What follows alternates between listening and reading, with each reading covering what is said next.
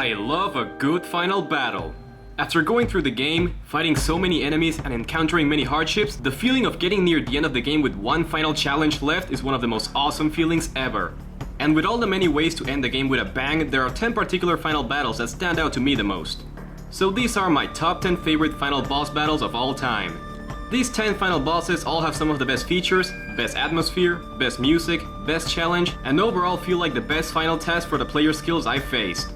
I'm not saying these are the best final boss battles out there, but simply my favorites. The ones I always look forward to whenever I play the game.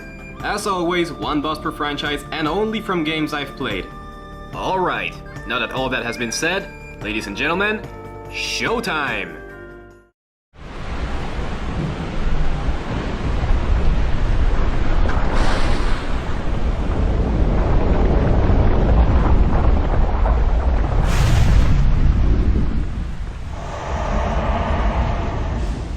Metal Gear Solid 3's plot is about Snake's mission to assassinate the boss, his old mentor who had just defected to the Soviet Union, and stop the Shagohod from starting a devastating war.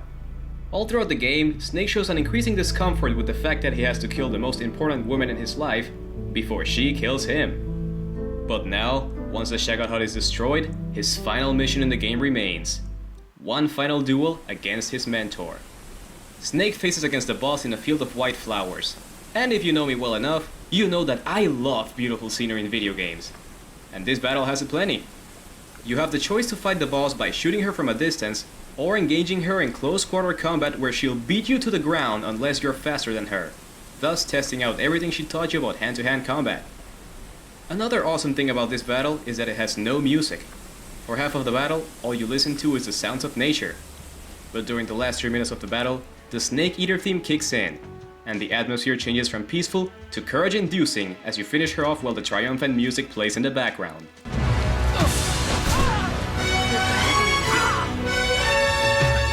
Unfortunately, what cements this battle as number 10 is the fact that it has a time limit, which I hate regardless of how much tension it creates. But still, this battle is a complete and satisfying conclusion to the game, as well as the relationship between Snake and the boss. Now you must be asking yourself, why didn't I choose Liquid Ocelot from Metal Gear Solid 4? Well, the answer is simple. I never got that far into the game.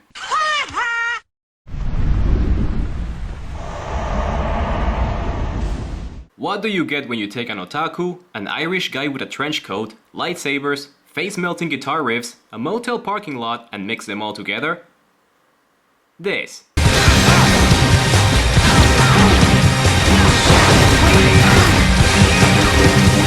The final battle against Mr. Sir Henry from No More Heroes is unlike any other in the game. You're fighting against an opponent who fights with a beam katana, making it a perfect match of strengths and skills, as opposed to giant crotch lasers, earthquake machines, and baseball bats. And he just so happens to be way faster and stronger than you. Henry is capable of pulling off some inhumanly fast combos, shoot energy balls at you, and he even has a one-hit kill that will make you want to get hit by it just to watch it. Time for you to sleep.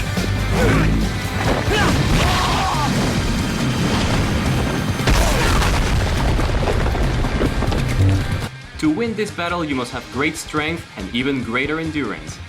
And the music, which is titled We Are Finally Cowboys, is one of the best final boss soundtracks I have ever heard.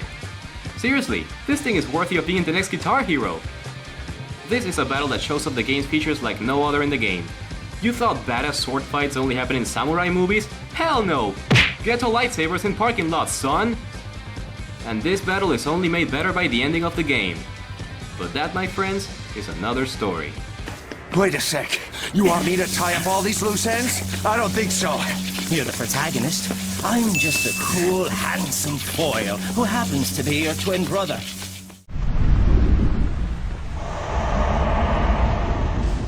The final battle against Gruntilda and the Hag 1 from BanjoTooie is a long and eventful one. In a game that's fairly easy for the most part, having a pretty challenging final battle can knock the wind out of many people. But nonetheless, this battle is incredible. Did I say this was an eventful battle? I'm not kidding here. This battle has 10 freaking phases. Every time Grunty's health goes down by 10 points, a new phase will begin, all of which test your skills like you've never experienced before in the game. The Hag 1 can attack you with lasers, bombs, more lasers, more bombs, toxic gas, and even quiz questions. Yeah, quiz questions! Between jumping over lasers and avoiding bombs, attacking her with all you've got whenever you answer a question correctly, and even destroying the machine from the inside out, the feeling of satisfaction when you finally destroy the Hag 1 along with Gruntilda Winky Bunyan feels damn amazing. This is a lengthy, fast-paced final battle that is guaranteed to keep you at the edge of your seat and with a steady grip on your controller. Man, is it awesome!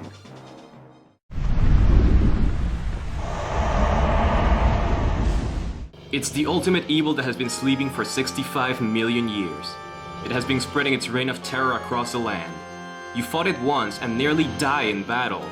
But now it has come time to settle things once and for all in the final battle against Lavos.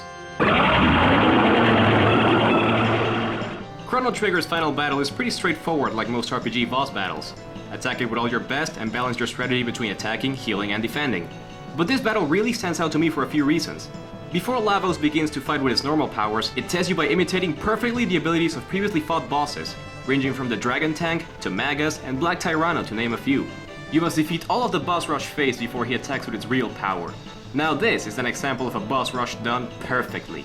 After passing the initial trial and draining a lot of its health, you'll enter the shell, where you must fight your way through once again, destroying it piece by piece. Hey Lavos, need a hand? But wait, it goes deeper than that. After the inside of the shell, Lavos reveals its true core form, a small creature controlling a giant outer shell.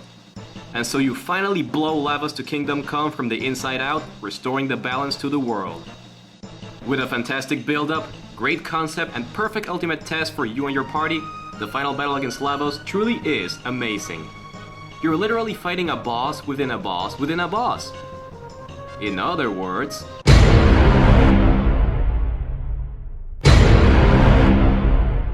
Yeah, I know, overused joke. You can slap me later.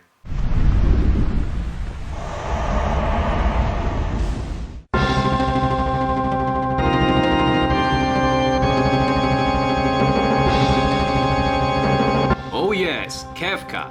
Considered by many to be the greatest final boss in history of gaming. Having the game build up to the final battle for so long, and being so full of symbolism it can be its own indie game, those are enough reasons to make Kefka the greatest final boss in gaming history! Actually, there are other bosses I like better, but I digress. After all the evil he's done, after literally destroying the world, you really want to see this bastard die. But he's not going down without a fight. The multi-part final battle against him is long but incredibly epic. And I mean real epic. Like Lawrence of Arabia plus the Ten Commandments epic. His first form represents Kefka's desire for destruction, his second form represents Kefka's insanity, and his third form represents Kefka's narcissistic nature and god complex. Kefka even looks holy here, so much that it can make Michelangelo rise from the grave and say, "Dude, nice." And lastly, the final and most iconic phase. At this point, Kefka has become a god and is willing to destroy everything. And so you push on the final battle, sending out all of your best, and when you finally defeat Kefka and he goes down admitting his defeat, the feeling of accomplishment is as epic as the battle you just fought. This battle has become a timeless classic in RPG history, and I can definitely see why. It has everything that makes a final battle great, and I enjoyed every second of it. Kefka, you magnificent bastard.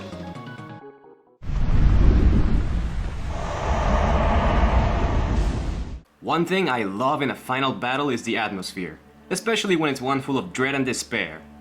And one final boss I fought that has one of the best atmospheres ever is the final Colossus of Shadow of the Colossus. Your final opponent in the game, Malice, is a gigantic tower of a boss whom you fight at the summit of a mountain in a dark and stormy weather. Getting to the boss itself is a challenge. Malice is capable of shooting beams at lightning speed that force you to cover for safety and run for your life whenever he seizes fire. And you must venture through dark underground tunnels to get closer to him. And once you reach him, you begin the final climb. The somber and sad theme that plays here fits the whole atmosphere in a way you wouldn't believe. As you climb the large beast preparing for the imminent slaying, the music makes it feel like somehow all you've done isn't worth it, and you'll pay a heavy price. Which is pretty much what happens in the end of the game, but still. Atmosphere aside, this battle also tests all of your skills at the game. Dodging, climbing, archery, and holding tight as you attempt to slay the Colossus. There couldn't have been a better way to end Shadow of the Colossus. Great challenge, incredible atmosphere, amazing final boss.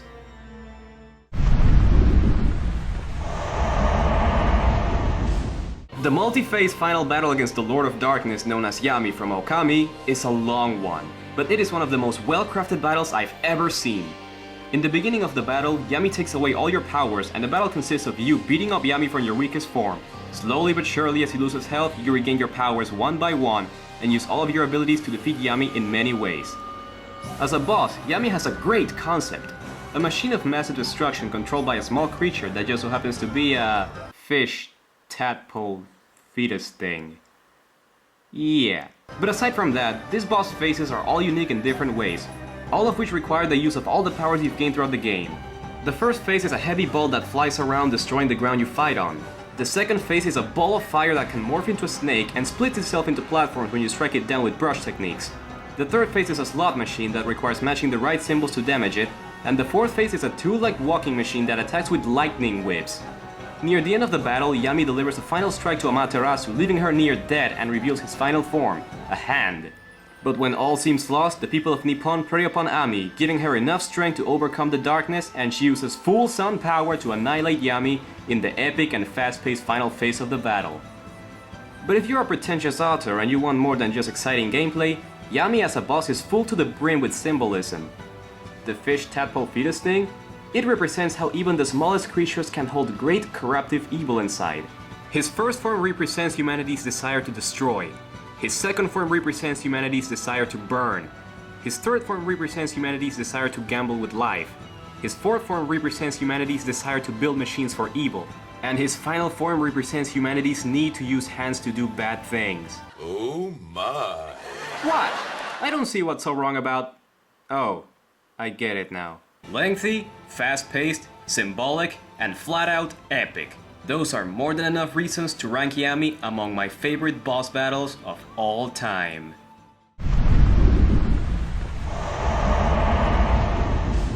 After defeating the final boss of Persona 4, you spend the rest of your time in the game with your friends before leaving.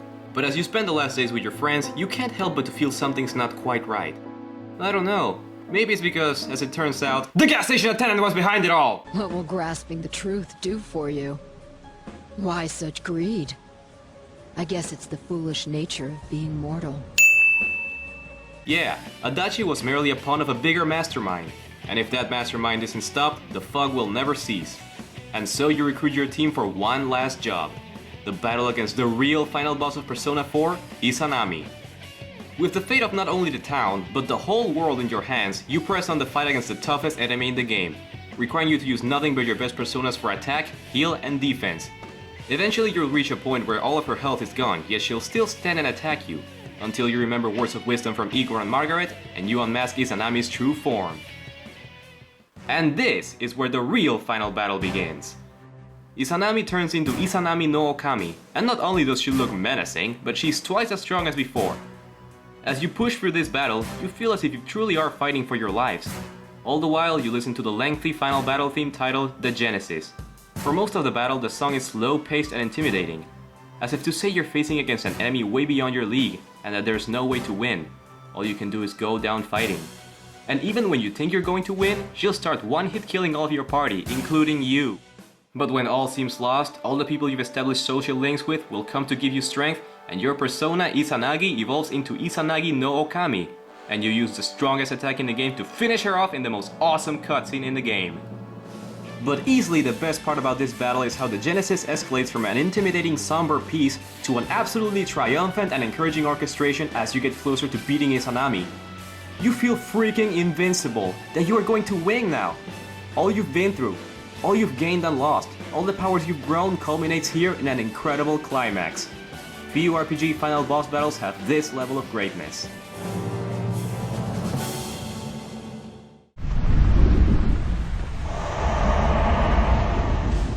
Regardless if you think the Kingdom Hearts games are cheesy as hell, you can't deny that when they try to be epic, they go all out with it. As demonstrated by the Lord of Nothingness himself, Xemnas.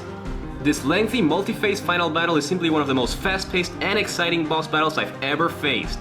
In this countdown you've seen bosses that test all of your skills for the final challenge, but none of them compare to the ultimate test of skills that is this battle.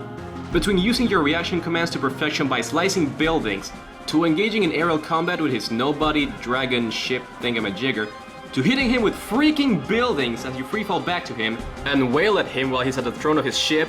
All the while, the battle music changes as the fight goes on, starting out as somber yet fast-paced, then changing to hectic and encouraging, as if to say, let's kick his ass. But the greatest is yet to come. In the end, Xemnas transports Sora and Riku into absolute nothingness, and at this point, it's all or nothing. Xemnas becomes really strong, being able to teleport around and slash you as you counter him with reaction commands in the most stylish of ways. And then, the infamous part of the fight.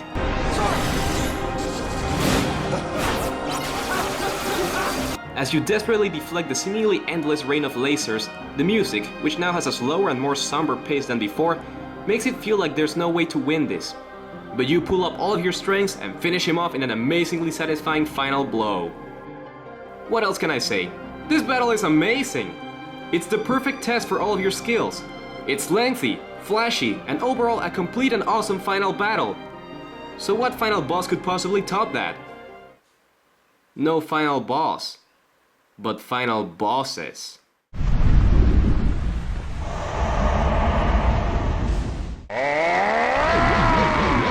The Legend of Zelda series always had great final battles.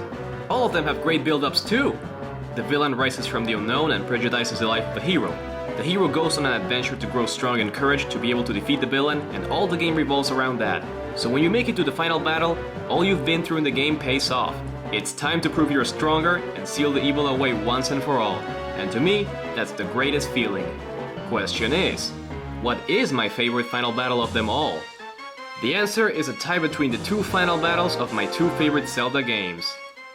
Ganondorf from Ocarina of Time and Majora from Majora's Mask.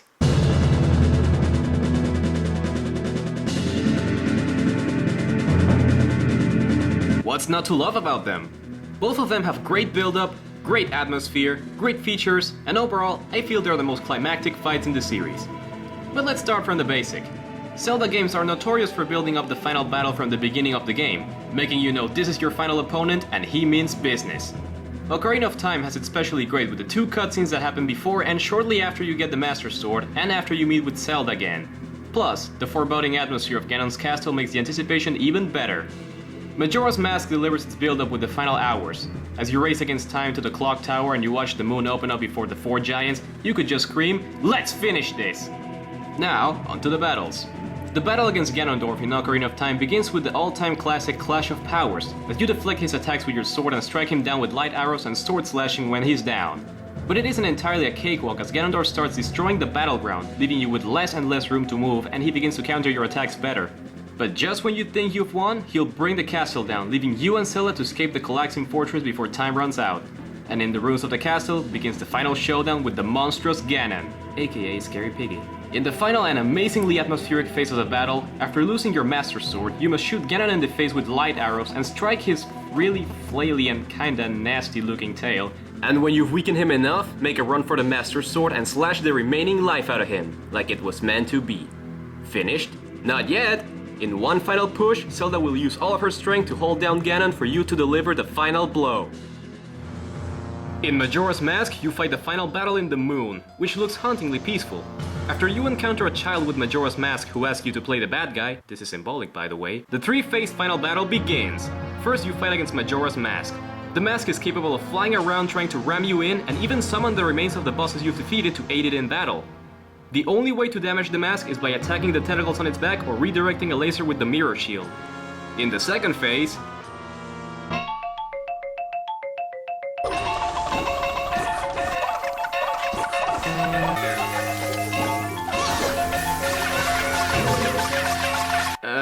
you know what? The second phase is pretty self-explanatory. And in the final phase, Majora's Wrath will be able to whip you from all the way across the room and jump to the other end of the stage before you get a chance to attack it. Look at them move, son! But that actually makes the battle all the more exciting instead of frustrating, as you have to master your attack speed. And to add to the whole battle experience, there are plenty of ways you can come up to fight Majora. Shoot it with light arrows, use the transformation masks, use nothing but your sword, or you could use the Fierce Deity mask and beat the shit out of it.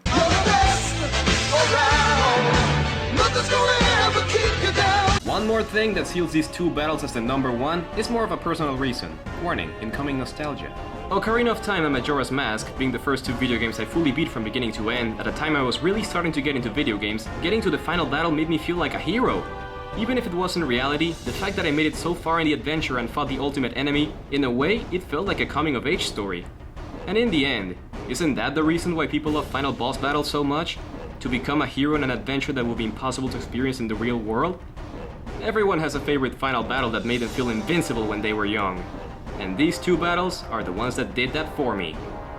I'm Media Master, and I'm sorry if you were expecting a more original countdown, but rest assured that you're about to see something different.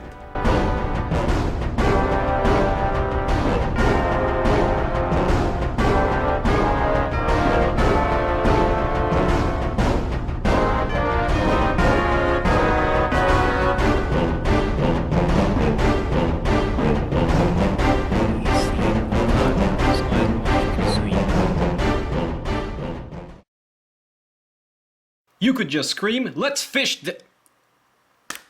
Ugh.